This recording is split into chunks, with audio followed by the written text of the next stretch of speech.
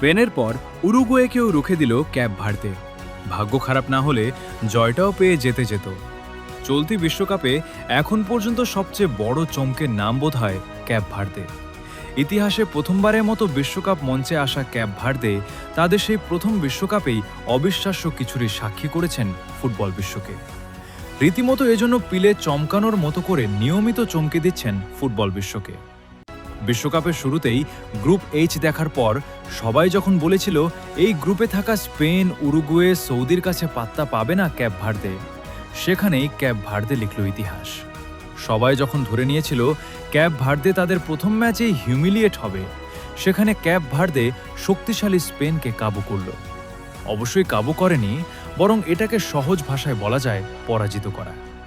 পুরো ম্যাচে স্পেনের মতো পজিশন বেসড ফুটবল খেলা দলটাকে যেন মাথা তুলে দাঁড়াতেই দেয়নি। স্পেন দলের প্রথম চয়েস স্ট্রাইকার ওয়ারজাবালকে মাত্র একবার বল টাচ করার সুযোগ দিয়েছিলেন। স্পেনের পায়ে পুরো ম্যাচে বেশিরভাগ সময় বল থাকা সত্ত্বেও তারা মাত্র একবার ফাউল করেই আটকে দিয়েছে স্পেনকে। দুর্দান্ত ডিফেন্সিভ মাস্টার ক্লাস শো করা কিংবা ফাইনাল থার্ডে বল পাঠিয়ে আক্রমণে ওঠা সবকিছুই ছিল ক্যাপ ভার্দে। তাদের এই ডিফেন্সিভ মাস্টার ক্লাস দেখে যে কারো মনে হতে পারে এটা বড় কোনো দলের ডিফেন্স লাইনের মতো। সত্যি বলতে ক্যাপ ভার্দের ডিফেন্স লাইন তার চেয়েও বেশি কল্পনাতীত সুন্দর ছিল। তাদের গোলকিপার ভোজিনহার অসাধারণ সেভগুলো যেন চোখ ধাঁধানো অসম্ভব সুন্দর।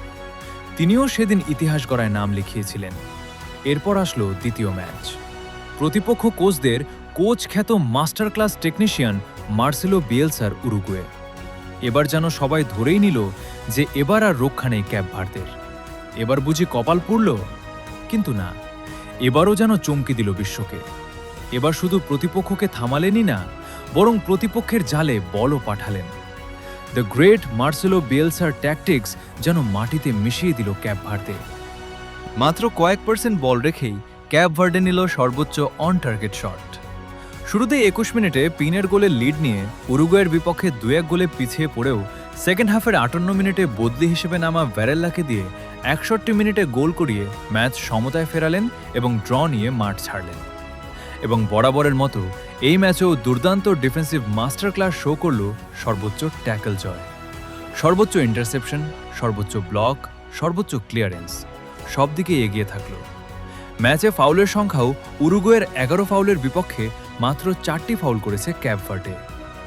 উরুগুয়ের বিপক্ষে হেলিও ভ্যারেল্লার 2-2 সমতাসূচক গোলের পর ক্যাপ ভার্দের খেলোয়াড়দের মধ্যে যে অকৃত্রিম আবেগ দেখা গিয়েছিল, সেটাই তো বিশ্বকাপের সার্থকতা। উরুগুয়েকে জয়বঞ্চিত করে ভোজিনহা, রায়ান মেন্দেস এবং গ্যারি রদ্রিগেজের মতো কিংবদন্তিরা মাঠেই অঝরে কেঁদে ফেলেছেন।